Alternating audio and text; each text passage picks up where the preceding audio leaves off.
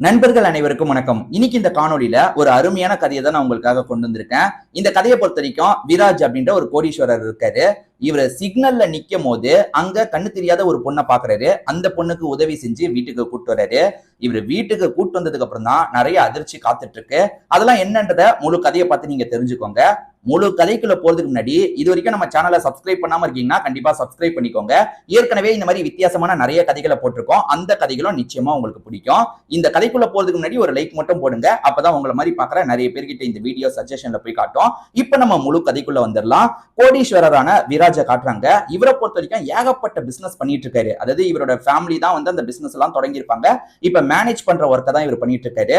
அப்பா அம்மா எல்லாம் இருக்காங்க. அப்பா அம்மா வந்து வேற ஒரு பகுதியில இருக்காங்க. ஏன்னா அப்பா வேற சில பிசினஸ் அங்க பாத்துக்கிறாரு, பையன் இங்க பாத்துக்கிறாரு. பையன் இங்க ஒரு பெரிய அரண்மனையில தனியா தான் இருந்துட்டு இருக்காரு.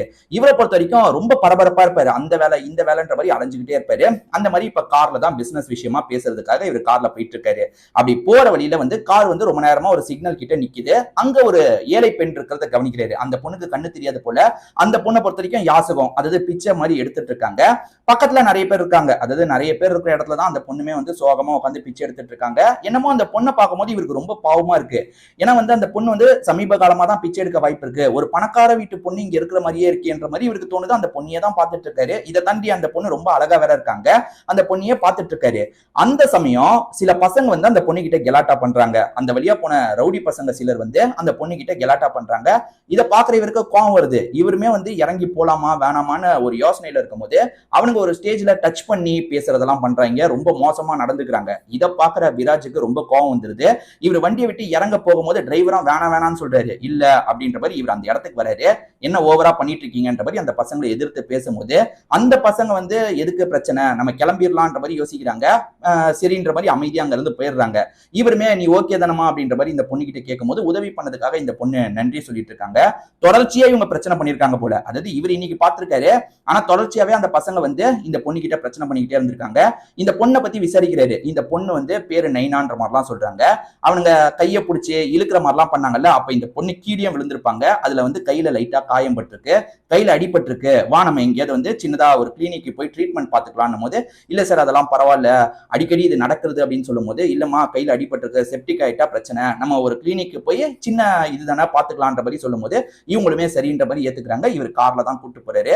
ஒரு கிளினிக்ல வச்சு பேண்டேஜ் போடுறது எல்லாத்தையும் இவர் பண்ணிடுறாரு. அதே மாதிரி பக்கத்துல தான் என் வீடு இருக்கு, என் வீட்டுக்கு வேணா வந்துட்டு போ அப்படின்னும் போது சரி ஓகேன்ற மாதிரி இந்த பொண்ணுமே ஏத்துக்கிறாங்க.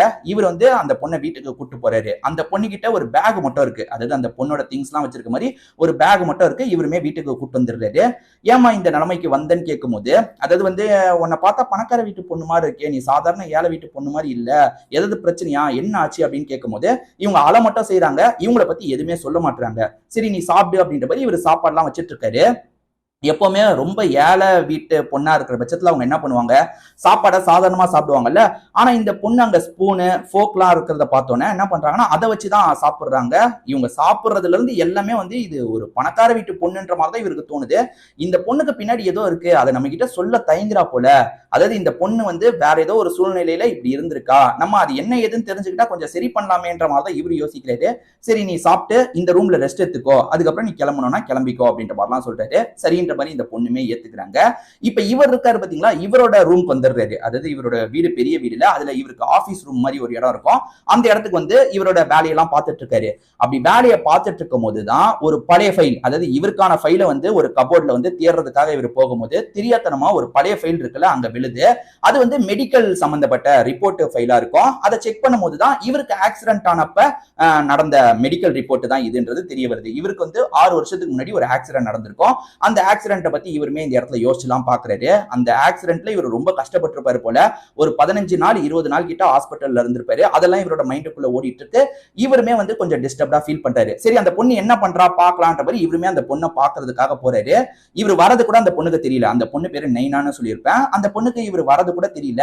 அந்த பொண்ணு வந்து கையில வந்து ஒரு ரிஸ்ட் பேண்ட் வச்சு அழுதுட்டு இருக்கா. அதாவது ஹாஸ்பிட்டல்ல வந்து கையில பேண்ட் மாதிரி மாட்டி விடுவாங்க.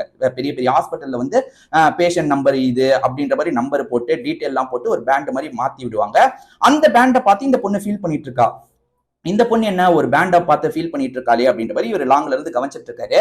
இவர் கவனிச்சிட்டு இருக்கிறது அந்த பொண்ணுக்கு ஃபீல் ஆகுது. இந்த நைனான்ற பொண்ணுக்கு கொஞ்சம் ஃபீல் ஆகுது. யாரோ இங்க நிக்கிறாங்கன்னும் போது, சார் நீங்களா அப்படின்னும் போது, ஆமாமா நான் தான், நீ தூங்கிட்டியான்னு பாக்குறதுக்காக வந்தேன், நீ ஓகே தானே, கம்ஃபர்டபுளா தானே இருக்குன்னும் போது, நான் கம்ஃபர்டபுளா தான் இருக்கன்ற மாதிரி இந்த பொண்ணு சொல்றா. ஆக்சுவலா இந்த பொண்ணை பத்தி தெரிஞ்சுக்கிறதுல இவருக்கு கொஞ்சம் ஆர்வமா இருக்கு. ஏன்னா இந்த பொண்ணை பார்த்ததுல இருந்தே இவருக்கு ஏதோ தோணிக்கிட்டே இருக்கு, இந்த பொண்ணை பத்தி தெரிஞ்சுக்கலான்ற மாதிரி நினைச்சிட்டு இருக்காரு. அந்த மாதிரி இந்த பொண்ணு கிட்ட அப்படியே ஜென்ரலா பேச்சு கொடுக்குறாரு. என்னம்மா நீ எதனால இவ்வளவு கஷ்டப்பட்டு இருக்கன்னும் போது இந்த பொண்ணு கொஞ்சம் கொஞ்சம் சொல்றாங்க. அதாவது நான் ஃபேமிலி கூட சந்தோஷமா தான் சார் இருந்தேன், திடீர்னு ஒரு ஆக்சிடென்ட் ஆச்சு, அதுல என்னோட லைஃபே மாறிடுச்சு அப்படின்ற மாதிரி சொல்றாங்க. என்னது ஆக்சிடென்ட்ல லைஃப் மாறிடுச்சா, இன்னும் கொஞ்சம் தெரிஞ்சுக்கணும்ன்ற மாதிரி இவர் நினைக்கிறாரு. ஆனா அந்த பொண்ணு என்ன சொல்றாங்கன்னா, இல்ல சார் எனக்கு உடம்பு ரொம்ப டயர்டா இருக்குன்ற மாதிரி சொல்றாங்க. சரி சரிமா நீ படுத்து ரெஸ்ட் எடு அப்படின்ற மாதிரி சொல்றாரு. இவரை பொறுத்த வரைக்கும் அந்த பொண்ணு கையில இருந்த பேண்டோட நம்பரை பார்க்கணும், அதோட டீட்டெயில தெரிஞ்சுக்கணும்னு நினைக்கிறாரு. ஏன்னா வந்து அந்த ஆக்சிடென்ட்ல இந்த பொண்ணுக்கு வேண்டியவங்களை இழந்திருக்கா, சோ அதுக்கான பேண்டை தான் ஞாபகார்த்தமா இவ வச்சிருக்கான்றது மட்டும் நம்ம விராஜுக்கு தெளிவா புரிஞ்சிருது. இந்த பொண்ணு தூங்கும் போது திருட்டுத்தனமாவது அந்த பேண்டை எடுக்கணும்னு நினைக்கிறாரு. ஏன்னா இந்த பொண்ணு கிட்ட பேசி அதெல்லாம் வாங்க ட்ரை பண்ணியிருப்பாரு. அந்த பொண்ணு அதுக்குள்ள டயர்டா இருக்குன்ற மாதிரி படுக்கிறதுக்கு போயிருப்பாங்க. எப்படியாவது அந்த பேண்டை மட்டும் எடுக்கணும்ன்ற மாதிரி பேக்குள்ள வச்சுட்டு தான் படுத்திருப்பாங்க. அந்த பேண்டை மட்டும் நம்ம எடுத்துட்டோம்னா போதும்ன்ற மாதிரி இவர் யோசிக்கிறாரு. இப்ப பேண்ட் எடுக்கிறதுக்காக ட்ரை பண்ணும் போதும் அவங்க வந்து புரண்டு புரண்டு படுக்கிறாங்க. இவருக்கு பயம் வருது, அங்க இருந்து கிளம்பிடுறாரு. இப்ப இவர் என்ன பண்றாருன்னா, இவருக்கு 6 வருஷத்துக்கு முன்னாடி ஒரு ஆக்சிடென்ட் நடந்ததா சொன்ன பாத்தீங்களா, இவரு கார்ல வந்துட்டு இருந்திருப்பாரு, எதிர ஒரு கார் வந்திருக்கும், இடிச்சிருப்பாரு. இடிச்சதுக்கு அப்புறம் வந்து இவரோட கண்ணுல சில பாதிப்பு எல்லாம் ஏற்பட்டிருக்கும். அதே மாதிரி எதிரில வந்த குடும்பத்துக்கு என்ன ஆச்சுன்னு கேட்கும் போது அந்த குடும்பத்துக்குலாம் எந்த ஒரு பிரச்சனையே இல்லன்ற மாதிரி தான் இவர்கிட்ட சொல்லியிருப்பாங்க. ஏன்னா இவரோட தப்புனால தான் அந்த ஆக்சிடென்ட் நடந்திருக்கும், அதனால தான் அந்த குடும்பத்துக்கு பண்ண வேண்டியதா பண்ணிருங்கன்ற மாதிரி வீட்டுல எல்லாம் சொல்லியிருப்பாரு. அதெல்லாம் ஒண்ணும் இல்லப்பா, உங்களுக்கு எதுவுமே ஆகல, உனக்கு தான் இந்த மாதிரி அடிபட்டுருச்சு, கண்ணு போயிருச்சு அப்படின்ற மாதிரிலாம் சொல்லியிருப்பாங்க. சோ இவர் என்ன பண்றாருன்னா டாக்டர் கிட்ட பேச ஆரம்பிக்கிறாரு. அதாவது இவருக்கு ஆபரேஷன் எல்லாம் பண்ணாரு பாத்தீங்களா, அந்த டாக்டர் கிட்ட பேச ஆரம்பிக்கிறாரு.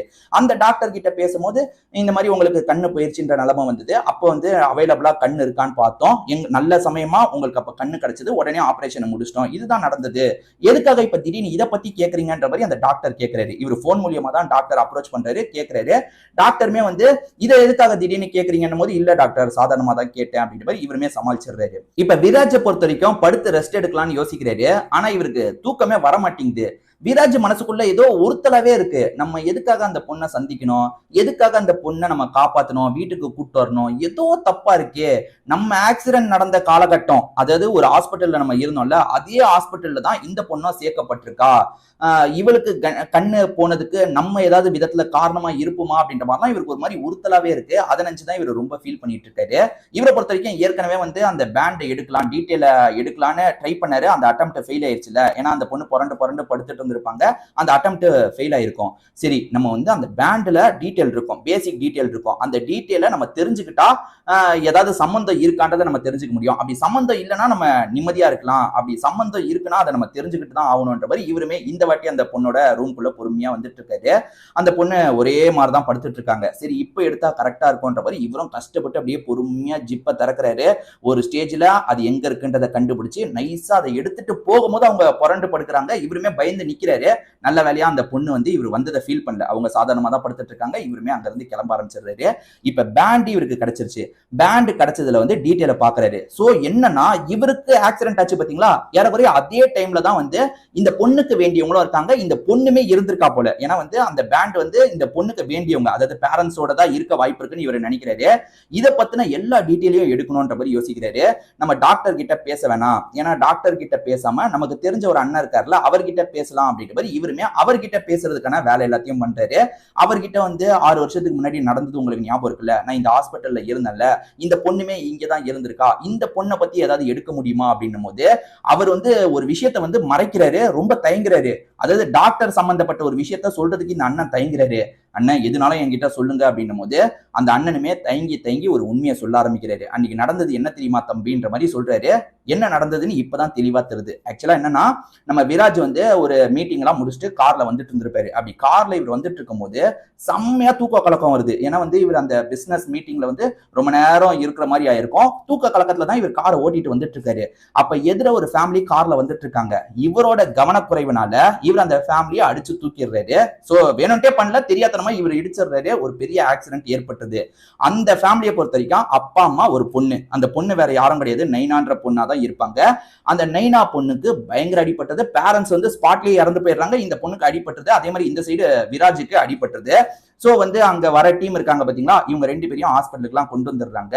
விராஜை செக் பண்ற டாக்டர் வந்து இவருக்கு கண் இல்ல, அதாவது வந்து கண்ணுல வந்து டேமேஜ் ஏற்பட்டிருக்கு, கண்ணை மாத்தி ஆகணும் அப்படின்ற மாதிரி விராஜோட பேரண்ட்ஸ் கிட்ட சொல்றாரு. பேரண்ட்ஸ் என்ன சொல்றாங்கன்னா இந்த டாக்டர் கிட்ட, எவ்வளவு செலவானாலும் பரவாயில்ல, எங்க பையனுக்கு வந்து கண்ணை நீங்க சீக்கிரமா அரேஞ்ச் பண்ணுங்க, அதுக்கான வேலையெல்லாம் பண்ணுங்கன்னும் போது இவரு முடியாத நிலைமையில கொஞ்சம் கண் முழிச்சிடுற விராஜுக்கு நமக்கு கண்ணு போயிருச்சுன்றதெல்லாம் தெரியுது.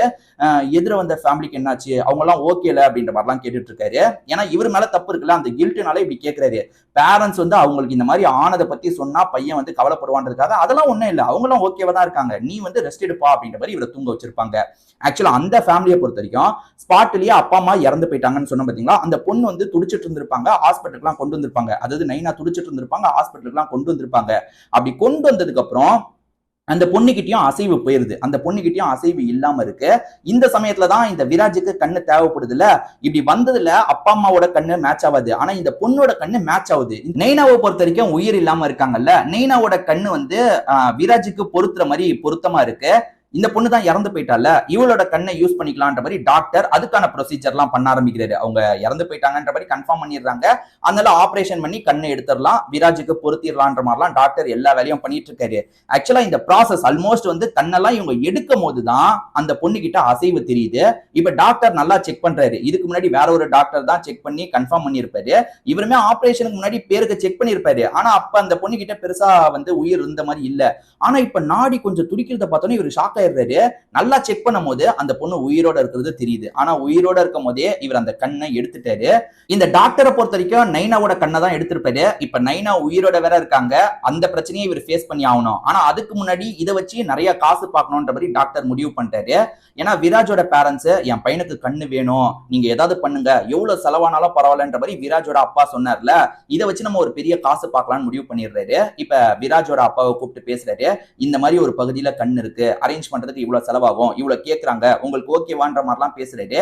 அப்பாவை பொறுத்த வரைக்கும் பையன் தானே முக்கியம், காசை பத்தி எல்லாம் நீங்க கவலைப்படாதீங்க டாக்டர், உடனே ஆபரேஷனை பண்ணுங்க, எது வந்தாலும் பாத்துக்கலாம் அப்படின்னும் போது சரி ஓகே நான் வர வைக்கிறேன்ற மாதிரி இவருமே நிறைய காசுக்கு அந்த கண்ணை விற்கிறதுக்கான ஏற்பாடுலாம் பண்றாரு. விராஜுக்கு ஒரு சைடு ஆபரேஷன்லாம் நடக்க ஆரம்பிக்குது. அதே சமயம் இப்ப இந்த பொண்ணு கண் முழிச்சிட்டா என் கண்ணு எப்படி போச்சு அப்படின்ற மாதிரிலாம் கேள்வி வரும்ல, அதுக்கு ஏதாவது பண்ணணும்ன்ற மாதிரி இவருமே நிறைய முடிவெல்லாம் எடுக்க ஆரம்பிக்கிறாரு. இப்ப டாக்டரும் இந்த நெய்னாவை சமாளிக்கிறதுக்காக ஒரு பிளானை யோசிக்க ஆரம்பிக்கிறாரு. அது என்னன்னா, நெய்னா எப்பனாலும் கண் முழிக்கலாம்ல, ஆனா கொஞ்ச நாளைக்கு அவ கண் முழிக்க கூடாது, ஒரு 10 நாள் அவன் மயக்கத்திலேயே இருக்கணும், அதாவது இந்த ஆக்சிடென்ட் தாக்கத்தினால அவன் மயக்கத்திலேயே இருக்க மாதிரி நம்மளே மயக்கத்துல வச்சுக்கணும்ன்ற மாதிரி ஒரு முடிவை பண்றாரு.